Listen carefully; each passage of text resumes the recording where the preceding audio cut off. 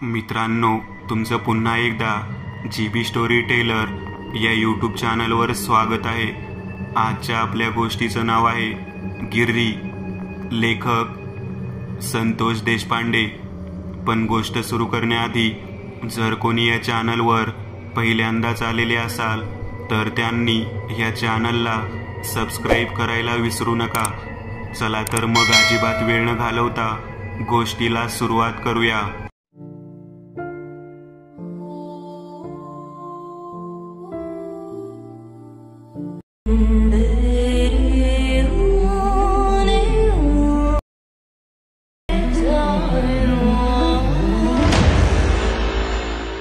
पहाटेच्या वेळी आम्ही तळ्याच्या कडेने नेहमीप्रमाणे जॉगिंग करण्याच्या उद्देशाने निघालेलो होतो। तळ्याच्या कडेने कठडे होते आणि त्यावर आणि थोडे दगडही उताराच्या बाजूला होते। बरेच अंतर पार करून गेल्यानंतर बाजूला थोडी झाडी होती आणि त्या ठिकाणी 2-3 लोक उभा राहून काहीतरी पाहत होते। मी माझ्या मित्रांसह मी त्या ठिकाणापर्यंत जाऊन पोहोचलो। परेश मला म्हणाला, मागे सरक राजू, काहीतरी वेगळा प्रकार दिसतो। त्या ठिकाणी तळ्यामध्ये मासेमारी करणारे 2 व्यक्ती उभारलेले होते। गाळाच्या आतमधून एक दोरखंड बाहेरपर्यंत आलेला होता। त्या गाळामध्ये एक चेहरा पाण्यावर तरंगताना दिसला। बापरे, तो एका मुलीचा मृतदेह होता। दोन्ही मासेमारी करणारे लोक म्हणत होते, पोलिसांना बोलवायला हवं, या ठिकाणी घडलेली ही दुसरी घटना आहे। माझा मित्र नरेश म्हणाला, मी फोन करतो। पोलीस स्टेशनला फोन लावला आणि आम्ही त्या ठिकाणी तसेच उभा राहिलो। गळ्यामध्ये फासाचा दोर अडकवलेला भाग दिसत होता आणि एका मुलीचा चेहरा, काळे रंगाचे केस पाण्यावरती आलेले दिसत होते। प्रेत वर तरंगत होतं। काही वेळानंतर त्या ठिकाणी पोलिसांची गाडी आली। गाडीमधून पोलीस उतरले। पाण्याच्या कडेला उभा असलेल्या दोन्ही मासेमारी करणारे कोळी बांधव यांनी त्यांना ते प्रेत बाहेर काढण्यासाठी सांगितले। त्या दोन्ही कोळी बांधवांनी तो दोर खेचायला सुरुवात केली। यासाठी त्यांनी दोर हाताला गुंडाळला। तो दोर घट्ट पकडून धरला आणि तो दोर ओढणार तेवढ्यात पाण्यामध्ये एक विचित्र पद्धतीची हालचाल झाली। एका क्षणामध्ये ते प्रेत वरच्या तरंगणाऱ्या भागातून पुन्हा पाण्यामध्ये खेचले गेले। त्या प्रेताबरोबर तो उभा असलेला मासेमारी करणारा कोळी सुद्धा आतमध्ये खेचला गेला। पोलिसांना वाटले की मगरीनेच त्या प्रेताला खेचले असावे, परंतु तळ्यामध्ये मगर कुठून येणार? त्या तळ्याला येणारे पाणी हे धरणातून आलेल्या मोठ्या कॅनलचे होते। त्याची शक्यता सुद्धा नाकारता येत नव्हती। परंतु तो दोरी धरलेला कोळी, त्याला पाण्यामध्ये खालच्या दिशेने ओढले गेले। मगर जर असती तर तिने ते प्रेत ओढून दूरवर नेले असते, परंतु खालच्या दिशेने जेव्हा कोळी बांधव खेचला गेला त्यावेळेला मात्र सर्वजण तिथून मागे सरकले। पोलिसांच्या गाडीमधील 4ही पोलीस ते दृश्य हातबल व्यक्तीप्रमाणे पाहत होते। नेमका काय प्रकार चाललाय ते कळत नव्हते। सूर्य उगवत होता आणि सर्व लोक त्या ठिकाणी जमत होते। दुसरा कोळी बांधव मोठ्याने ओरडत होता, बजू, ए बजू, माझ्या बजूला वाचवा। पोलिसांनी त्या दुसऱ्या मासेमारी करणाऱ्या कोळी बांधवांना विचारायला सुरुवात केली की नेमके त्यांनी सर्वात अगोदर काय पाहिले होते, परंतु तो बोलण्याच्या मनस्थितीत नव्हता। तो म्हणत होता, मी पाण्यामध्ये उडी टाकून त्याला वाचवावे म्हटले तर संपूर्ण गाळ आहे, मी सुद्धा गाळामध्ये अडकून बसेन। काहीतरी करायला हवं साहेब, मोटर बोट बोलवता का? मोटर बोट आल्यानंतर नेमकं काय आहे ते समजेल। थोड्याच वेळामध्ये त्या ठिकाणी मोटर बोटची सुविधा करण्यात आली। खालच्या बाजूला भरपूर गाळ आहे, जलपर्णी वनस्पती आहेत, त्यामुळे खाली नेमकं काय आहे ते सांगू शकत नाही, असे मोटर बोटमधील पाणबुडी करणाऱ्या लोकांनी सांगितले। एक जो राहिलेला कोळी बांधव होता त्याला पोलीस विचारू लागले की नेमकं काय पाहिले होते। तो सांगू लागला, पहाटेच्या वेळी आम्ही दोघांनी नेहमीच त्या भागामध्ये तो माशाचे जाळे टाकलेले असते। काहीतरी हाताला लागेल म्हणून आम्ही कडेला उभारलेलो होतो। माझा मित्र घरामध्ये सवाष्णबाई जेव घालायची आहे सर्व काही अगदी व्यवस्थित पद्धतीने करायचे आहे अशा पद्धतीने माझ्याशी चर्चा करत होता. थोडे पैसे मिळाल्यानंतर साडी, चोळी, बांगडी या सर्व गोष्टी सवाष्णबाईला भेटवस्तू म्हणून द्यायच्या आहेत. त्या पद्धतीने आमचे बोलणे सुरू होते. अचानक पाण्याच्या आतमधून काहीतरी हल्ल्यासारखे वाटले. आम्ही दोघेही जण त्याकडे पाहत होतो. एक हात वर आलेला दिसला, त्यामध्ये बांगड्या होत्या. मी त्याला पाहून म्हणालो, बापरे, कोणत्या तरी बाईचं प्रेत वर तरंगून आलेलं आहे. माझा मित्र त्याला पाहून म्हणाला, मागे सरक, पहाटेची वेळ आहे, अगदी व्यवस्थित पद्धतीने दिसत नाही. तेवढ्यात एक दोरखंड आमच्या जवळच्या झाडीमध्ये अडकलेला आम्हाला दिसला. मी त्या दोरखंडाकडे हात करत मित्राला म्हणालो, बहुधा या बाईला फास देऊन मारले असावे आणि पाण्यात फेकून दिलेले असावे. आमच्या दोघांचे एवढेच बोलणे झाले होते. तेवढ्या त्या बाईचा चेहरा पाण्याच्या वर येऊन आमच्या दोघांकडे पाहत होता. डोळे पूर्ण उघडे केलेले होते आणि वटारलेल्या डोळ्याने ती बाई आमच्याकडे पाहत होती. माझा मित्र म्हणाला, डोळ्यातून जीव गेला असेल, त्यामुळे डोळे त्या पद्धतीने दिसत आहेत. घाबरू नकोस, मागे सरक, आपण पोलिसांना बोलावून घेऊ. आमच्या दोघांमध्ये एवढेच बोलणे झाले होते. तितक्यात ते प्रेत तरंगत तरंगत आमच्या जवळ येत आहे असे आम्हाला दिसू लागले. त्या बाईचा चेहरा त्याच पद्धतीने पाण्यावरती मुंडके काढून आमच्या दोघांच्या दिशेने येताना आम्ही पाहिला. ते अतिशय भयानक पद्धतीचे दृश्य होते. आम्ही थोडे वरच्या बाजूला सरकून उभा राहिलो. थोडंसं फटफटलेलं होतं म्हणून पाण्यावरचा भाग दिसत होता. थोड्याच वेळात सूर्योदय होईल. अर्धा एक तासाचा वेळ राहिला होता. जॉगिंग करायला येणारी माणसं भेटल्यानंतर आपण त्यांना सर्व काही सांगू असे ठरवून आम्ही तेथेच वरच्या बाजूला उभा राहिलो. एकंदर हा सर्व प्रकार पाहिल्यानंतर काहीतरी वेगळाच प्रकार आहे असे पोलिसांच्या सुद्धा लक्षात आले होते. परंतु दोन्ही व्यक्तींची प्रयत्न मात्र सापडता सापडत नव्हती. आता ती शोधायची कशी? दुसऱ्या दिवशी त्या ठिकाणी JCP आणून जलपर्णी वृक्ष वनस्पती बाजूला काढण्याचे काम सुरू झाले. माझा मित्र परेश, नरेश आणि मी, आम्ही तिघेही जण त्या ठिकाणी साधारण संध्याकाळी 4 वाजण्याच्या सुमारास जाऊन सर्व पाहत होतो. आम्हाला सुद्धा ही गोष्ट आश्चर्यकारक वाटत होती. त्याच वेळेला थोड्या वेळाने सायंकाळी फिरण्यासाठी 2 मुली त्या ठिकाणी आलेल्या मी पाहिल्या. त्या मुलींना आम्ही तेथून दूर निघून जावे असे समजावून सांगितले, परंतु त्या काही केल्या तेथून जात नव्हत्या. गाळ काढण्याचे काम थांबवण्यात आले होते. JCP, इतर साहित्य सर्व आपापल्या ठिकाणी नेण्याचे काम सुरू होते. तो तळ्याचा भाग तसाच रिकामा राहिलेला होता आणि त्या ठिकाणी त्या दोन्ही मुली शांत पद्धतीने गप्पा मारत बसलेल्या होत्या. माझ्या बरोबरचा मित्र परेश याने सुद्धा त्या मुलींना सांगितले की तुम्ही या ठिकाणी बसू नका, ही जागा जरा विचित्र आहे. परंतु त्या दोन्ही मुली आमच्याकडे पाहून हसू लागल्या. त्या म्हणाल्या, तुम्ही नक्की शिकले सवरलेले व्यक्ती आहात ना, अशा पद्धतीचे बोलणे तुम्हाला शोभत नाही. आम्ही तिघेही जण सोबत आणलेला शेंगदाण्याचा पुडा खोलून हातामध्ये भाजके शेंगदाणे घेऊन चालत चालत पुढच्या दिशेने निघालो. करकरीत तिन्ही सांज झालेली होती. थोडे 50 फुटाचे अंतर चालून गेलो असेल आणि तेवढ्यात मागच्या बाजूने एक मुलगी किंचाळत असताना आम्ही पाहिली. ती का ओरडत होती ते काही केल्यास समजले नाही. आम्ही मागे वळून पळत पळत या ठिकाणापर्यंत आलो तेव्हा ती वरच्या भागामध्ये आलेली होती. ती खूपच घाबरलेली होती. तिची चांगलीच बोबडी वळली होती. तिने पाण्याच्या दिशेने बोट दाखवत आम्हाला काहीतरी सांगण्याचा प्रयत्न केला. ती मोठमोठ्याने रडत ओरडत म्हणू लागली, वाचवा, नीताला कोणीतरी वाचवा. पाण्यामधून एका बाईने तिला खेचून खालच्या बाजूला ओढत नेले आहे आणि ती बाई पुन्हा वर येऊन माझ्याकडे मोठ्या डोळ्याने पाहून विकट हास्य करून ओरडत आहे, तळ गाठला बर का, असे बोलून गेली. त्या बाईच्या हातामध्ये हिरव्या रंगाच्या बांगड्या आहेत. ती अतिशय भयानक दिसणारी बाई आहे. हा सर्व प्रकार ऐकल्यानंतर आम्ही तिघेही जण खूपच घाबरलो, कारण कालच्याच दिवशी एका कोळी बांधवांना खेचून ओढून नेलेली गोष्ट ताजी होती आणि आज ती संध्याकाळी लगेचच असा प्रकार. बापरे, नक्कीच काहीतरी विचित्र प्रकार आहे. ती मुलगी रडत रडत म्हणत होती. नीता, आपण ऐकले नाही. आपण उगाचच येथे बसलो. या लोकांचे आपण ऐकायला पाहिजे होते, असे म्हणून विलाप करू लागली. इतका चित्रविचित्र प्रकार, तो पण तिने संध्याकाळी घडत आहे म्हटल्यानंतर आजूबाजूचे सर्व लोक त्या ठिकाणी परत एकदा आले.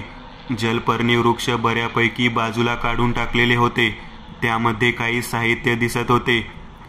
खण नारळाची ओटी, साडी, दोरीमध्ये गुंडाळलेल्या बांगड्या, मंगळसूत्र आणि बरेच काही साहित्य त्या जलपर्णीमध्ये अडकून बाजूला पडलेले होते.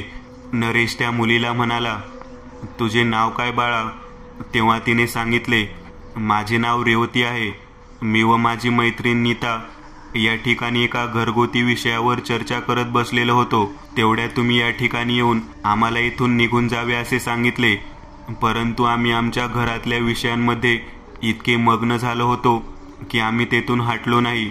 उलट तुम्हालाच आम्ही बोल सुनावले. तुम्ही गेल्यानंतर आमच्या बोलण्यामध्ये हळदी कुंकू, सवाष्णबाई जेवायला घालणे या पद्धतीच्या पारंपरिक गोष्टीबद्दल वादविवाद सुरू होता आणि तेवढ्यात पाण्यामधून काहीतरी हालचाल होत आहे असे आम्हाला जाणवले. काही समजण्याच्या अगोदर एक दोर आम्हाला किनाऱ्यावरच्या झाडाला अडकलेला दिसला. माझी मैत्रीण नीता हिने त्या दोराला हात लावला. तेवढ्यात एक बाईचा चेहरा वरच्या बाजूने हसताना दिसला आणि तिने तिला खेचून खाली नेले. तिला खाली खेचून नेले म्हटल्यानंतर आम्ही चांगल्या पद्धतीने विचार करू लागलो. नेमकं या तळ्याच्या कडेला असेल तरी काय? माझा मित्र परेश आणि नरेश दोघेही जण माझ्याकडे पाहत म्हणाले, कदाचित पाण्यातले पिशाचे असावं. मी त्यावेळेला त्या मुलीकडे पाहत म्हणालो, तुझी मैत्रीण या ठिकाणी या अगोदर कधी आली होती का? तेव्हा ती म्हणाली, हो, ती आणि मी दोघेही जण रोज पहाटे फिरायला येत होतो. या ठिकाणी बसायला येत होती. आम्ही तिघेही जण त्या गोष्टीला विचारपूर्वक पाहू लागलो. त्या मुलीला आधार देत आम्ही तेथून तिला आमच्या सोबत घेतलं आणि पोलीस गाडी कधी येते याची वाट पाहू लागलो. काही अंतरानंतर तिच्या मैत्रिणीचं प्रेत वरती तरंगत असलेलं आम्ही पाहिलं. एका मुलीचा विनाकारण बळी गेलेला होता. त्या पाठीमागचं कारण काही केल्या कळायला मार्ग नव्हता. नरेश माझ्याकडे पाहत म्हणाला, त्या मुलीचा काही ना काहीतरी दोष असणार, त्याशिवाय तिचा जीव जाणारच नाही. मी तिच्या मैत्रिणीला म्हणालो, नीता म्हणायची जी तुझी मैत्रीण आहे तिच्याबद्दल मला माहिती सांगू शकतेस का? तेव्हा ती म्हणाली, हो, ती माझी अगदी जीवलग मैत्रीण आहे. तिच्या घरातील 2 व्यक्ती अचानक गेल्या. तिची वहिनी जी सवाष्ण असतानाच मृत्युमुखी पडली आणि त्या अगोदर तिच्या वहिनीची आई ती सुद्धा सवाष्ण असतानाच मृत्युमुखी पडली. असे काय घडले? तेव्हा तिने सांगितले, त्या नेहमी सतत या तळ्यावरतीच फिरण्यासाठी आणि कपडे धुण्यासाठी येत होत्या. वहिनी गरोदर असतानाच तिच्या आईचा मृत्यू झाला आणि बहिणीचं बाळंतपण झाल्यानंतर ती माहेरी असतानाच या ठिकाणी आल्यावर तिचा सुद्धा पाण्यात पडून मृत्यू झाला. आता तिसरी व्यक्ती या ठिकाणी पाण्यामध्ये पडून मृत्युमुखी पडलेली आहे. हे कसं काही शक्य असू शकतं? परेश माझ्याकडे पाहत म्हणाला, या पाठीमागे काही ना काहीतरी घटना जरूर दडलेली आहे. पोलीस स्टेशनवरती आम्ही सर्वजण गेलो. त्या मुलीला सुद्धा सोबत नेलं. रेवती आमच्याकडे पाहत म्हणाली, मला ही खूप भयानक गोष्ट वाटते. मी, नरेश आणि परेश रेवतीकडे पाहत म्हणालो, घाबरण्यासारखं काही कारण नाही. ती जागा दलदलीची आहे. तू म्हणते त्या पद्धतीने कोणीतरी पाण्यातून खेचून घेतलं हा एक भास सुद्धा असू शकतो. तेव्हा ती आमच्याकडे पाहत म्हणाली, नाही, हा भास असू शकत नाही. मी काही गोष्टी जाणते. मी तुम्हाला पोलीस स्टेशनमधून घरी गेल्यानंतर सगळं काही सांगते. माझ्या मैत्रिणीचं प्रेत त्यांच्या घरच्या लोकांना ताब्यात द्यायला हवं. त्याच वेळेला नीताचा भाऊ त्या ठिकाणी आलेला होता. आपल्या बायकोचा, सासूचा आणि त्या पाठोपाठ आपल्या बहिणीचा मृत्यू झाल्यामुळे तो सुद्धा हतबल झालेला होता. तो रेवतीकडे पाहत म्हणाला, रेवती, काय घडलं नेमकं? असं कसं काय घडलं? आम्ही त्याच्याकडे पाहत म्हणालो, दादा, हिला काही विचारू नका. ती अगोदरच तिच्या मैत्रिणीच्या मृत्यूमुळे घाबरलेली आहे. जे काही असेल ते तुम्ही नंतर विचारा. तुमच्या बहिणीचे प्रेत पोस्टमॉर्टमला नेण्यात येणार आहे. नीताचा भाऊ मोठमोठ्याने रडत होता. माझी सासू गेली, माझी बायको गेली, आता माझी बहीण सुद्धा गेली. त्या जागी मी कित्येक वेळा सांगितलं जात जाऊ नका म्हणून, तरी सुद्धा कोणी ऐकलं नाही. आज ही जी परिस्थिती आहे ना, ते माझं न ऐकल्यामुळे घडलेलं आहे. रेवती, मी सांगत होतो अजिबात तळ्याच्या कडेला तुम्ही फिरायला जात जाऊ नका म्हणून, तरी सुद्धा तुम्ही त्या ठिकाणी गेलात.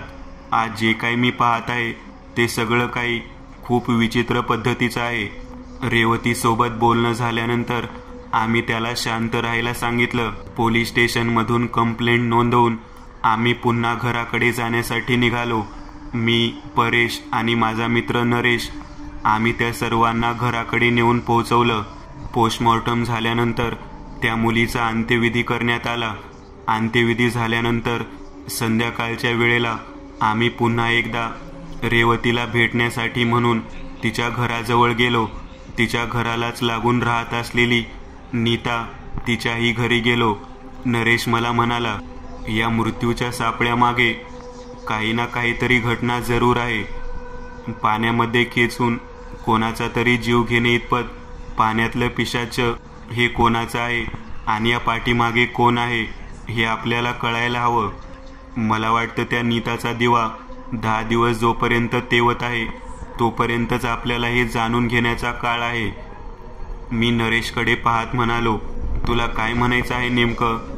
तो म्हणाला, तू, मी, परेश आणि रेवती चौघेजण मिळून या गोष्टीची माहिती काढू शकतो. त्यावेळेला मी त्याच्याकडे पाहत म्हणालो, कोणत्या गोष्टीची माहिती बोलत आहेस तू? या तीनही मृत्यूच्या पाठीमागे नेमकं रहस्य काय दडलं आहे त्याबाबतची माहिती. तेव्हा मी त्याच्याकडे आश्चर्यकारक नजरेने पाहत म्हणालो, आपण कशी काय काढू शकतो? तेव्हा नरेश म्हणाला, आहे, एक गोष्ट आहे. एक कर्णपिशाचिनी विद्येची माहिती काढणारी स्त्री आहे, जी मृत असलेल्या व्यक्तीच्या फोटोवरून प्रत्यक्ष त्याचा मृत्यू कोणत्या गोष्टीमुळे घडला ते कर्णपिशाचिनीला बोलावून आपल्याला माहिती देऊ शकते. मी त्यावरती त्याच्याकडे पाहत म्हणालो, अरे काय बोलत आहेस तू? जग कुठे चाललं आहे आणि तू काय सांगत आहेस? तेव्हा तो म्हणाला, तुला परीक्षा घ्यायची असेल तर तू परीक्षा घेऊ शकतोस. मृत असलेल्या तीनही व्यक्तीचे फोटो आणि सोबत रेवती हिला घेऊन आपल्याला त्या बाईकडे जावे लागेल. मी त्या गोष्टीला सहमती दर्शवत नव्हतो, परंतु परेश म्हणाला, जर एखाद्या गोष्टीचं रहस्य कळणार असेल तर करायला काय हरकत आहे. आम्ही नीताजवळ गेलो. नीताला आमच्यासोबत घेऊन त्या घरात मृत्युमुखी पडलेल्या त्या तीनही व्यक्तींचे फोटो त्या दादांकडून मागून घेतले आणि थेट नरेशने ज्या बाईचा उल्लेख केला होता तिच्या घराकडे जाण्यासाठी निघालो. रात्र झालेली होती. साधारण 10 वाजलेले होते. जेवण वगैरे आटोपून आम्ही त्या ठिकाणी जाऊन पोहोचलो. रेवती आमच्या सोबत येऊन उभारलेली होती. त्या बाईने आमच्याकडे पाहिले. आम्हाला म्हणाली, कोणत्या गोष्टीसाठी इथे आलेला आहात? तेव्हा संपूर्ण घटनाक्रम आम्ही त्या बाईला सांगितला. ती बाई आमच्याकडे पाहत म्हणाली, त्या तीनही व्यक्तींचे फोटो माझ्यासमोर आणून ठेवा. आम्ही एक एक करून तीनही व्यक्तींचा फोटो ठेवला. सगळ्यात अगोदर सासूबाईंचा फोटो ठेवला, त्यानंतर तिच्या वहिनीचा फोटो ठेवला आणि त्यानंतर नीताचा फोटो ठेवला. ती बाई आम्हाला डोळे मिटून बसायला सांगत होती. आम्ही डोळे मिटून बसलो. तिने काही क्षणामध्ये कर्णपिशाचिनी विद्येचे मंत्र म्हणायला सुरुवात केली. ती रेवतीकडे पाहत म्हणाली, तू या तीनही व्यक्तींना जिवंत पाहिलेले आहेस ना, मग तुला माझ्या समोर बसावं लागेल. रेवती तिच्या समोर बसली. काही क्षणामध्येच कर्णपिशाचिनी विद्येचे मंत्र पठण केल्यानंतर एक छोटीशी बाहुलीच्या आकाराची पिशाची आकृती त्या बाईच्या कानाजवळ येऊन उभा राहिली आणि ती तिच्याशी काहीतरी सांगू लागली. क्षणामध्ये त्या बाईने रेवतीला डोळे उघडायला सांगितले आणि ती बाई बोलू लागली, ती रेवतीकडे पाहत म्हणाली, सूड घेतलेला आहे, मृत्यूचा सूड घेतला गेलेला आहे. गिरी, पाण्यामधील पिशाच, याचं नाव गिरी असतं. एक नाही, दोन मृत्यूचा बदला घेण्यात आलेला आहे. दोनही पाण्यामध्ये मृत्युमुखी पडलेल्या बायकांनी या मुलीचा जीव घेतलेला आहे. हे ऐकल्यानंतर आम्ही हादरलो. रेवती आमच्याकडे पाहत म्हणाली, हे कसं काय शक्य आहे? तेव्हा समोरची बाई म्हणाली, पिशाच कधीही खोटं बोलत नाही. कर्णपिशाच तर कधीच खोटं बोलत नाही. तेव्हा ती बाई सांगू लागली, तुझी मैत्रीण नीता हिने सर्वात अगोदर स्वतःच्या भावाच्या सासूचा जीव घेतला. स्वतःच्या वहिनीचा जीव सुद्धा तिनेच घेतला. त्याच्या पाठीमागचं कारण तुला जाणून घ्यायचं आहे का? आपल्या भावाने घरच्यांच्या मर्जीच्या विरुद्ध केलेला प्रेमविवाह, त्यात भावाच्या सासूने जावयाला दिलेली भेटवस्तू आणि भाऊ स्वतःहून सासूरवाडीमध्ये प्रेमाने राहायला जाणं आणि तेथे सर्वांच्या सहमतीने आपला स्वतःचा संसार थाटणं, या गोष्टीचा राग तुझ्या मैत्रिणीच्या मनामध्ये होता. सर्वात अगोदर बाळंतपणासाठी 7व्या महिन्यामध्ये दादाची बायको गेल्यानंतर तिने स्वतःच्या बहिणीला काम होत नाही म्हणून मदत म्हणून त्यांच्यासोबत घरी जायचं ठरवलं. वहिनीच्या आईला कपडे धुण्यासाठी मदत म्हणून तिने तळ्यावरती येणं पसंत केलं आणि त्या तळ्यामध्येच ढकलून दादाच्या सासूचा काटा काढला. आपला भाऊ आपल्यापासून दूर राहिला आहे, सासूरवाडीमध्ये अन्न खात आहे. आपला भाऊ बैलभाडा झाला आहे. या सूड भावनेतून त्या मुलीने सासूबाईचा जीव घेतला आणि त्यानंतर स्वतःच्या बहिणीचा सुद्धा जीव घेतला. आतृप्त असणाऱ्या त्या बाळंतीण बाईच्या आत्म्याने बरोबर ज्या वेळेला त्या दोघींचा जीव गेला होता, त्याच पहाटेच्या वेळेला त्याच ठिकाणी तुझ्यासोबत असलेल्या तुझ्या मैत्रिणीला पाण्यात खेचून जीवानिशी मारलं. हे सगळं काही जाणून घेतल्यानंतर आम्ही एकमेकाकडे पाहून आश्चर्य व्यक्त करू लागलो. कर्णपिशाचेनी अशा पद्धतीने सुद्धा माहिती सांगू शकते, ही गोष्ट मला सर्वात पहिल्यांदा लक्षात आली. कर्णपिशाचेनी विद्येचा अभ्यास करणाऱ्या त्या बाईला नमस्कार करून आम्ही रेवतीला त्या ठिकाणी परत घेऊन आलो. रेवती मनातून शांत झाली होती, कारण तिला आपल्या मैत्रिणीच्या मृत्यूचं कारण कळालेलं होतं. ज्या पद्धतीने तिला पाण्यातून आलेला आवाज आठवत होता, त्या पद्धतीने स्वतःच्या मैत्रिणीच्या मृत्यूचं कारण सुद्धा कळालं होतं. गिरी, तळ गाठला आहे म्हणजे काय ते तिच्या चांगलंच लक्षात आलं होतं. मित्रांनो, आज पुरतं एवढंच. तुम्हाला जर काही गोष्ट आवडली असेल तर नक्की लाईक करा. तुमच्यापैकी बरेचसे जण व्हिडिओ लाईक न करताच पळून जातात, पण हा जर व्हिडिओ तुम्ही लाईक केला तर मला जरा बरं वाटेल आणि असेच भारी भारी व्हिडिओ बनवायची माझ्यात एनर्जी येईल. त्यामुळे नक्की लाईक करा आणि अजूनही कोणी या चॅनलला सबस्क्राईब केलेलं नसाल तर लगेच सबस्क्राईब करून टाका आणि बाजूची घंटी ती मात्र दाबायला विसरू नका. देवाची घंटी आहे ती. चला तर मग पुन्हा भेटूया अशीच एक आगळी वेगळी गोष्ट घेऊन पुढच्या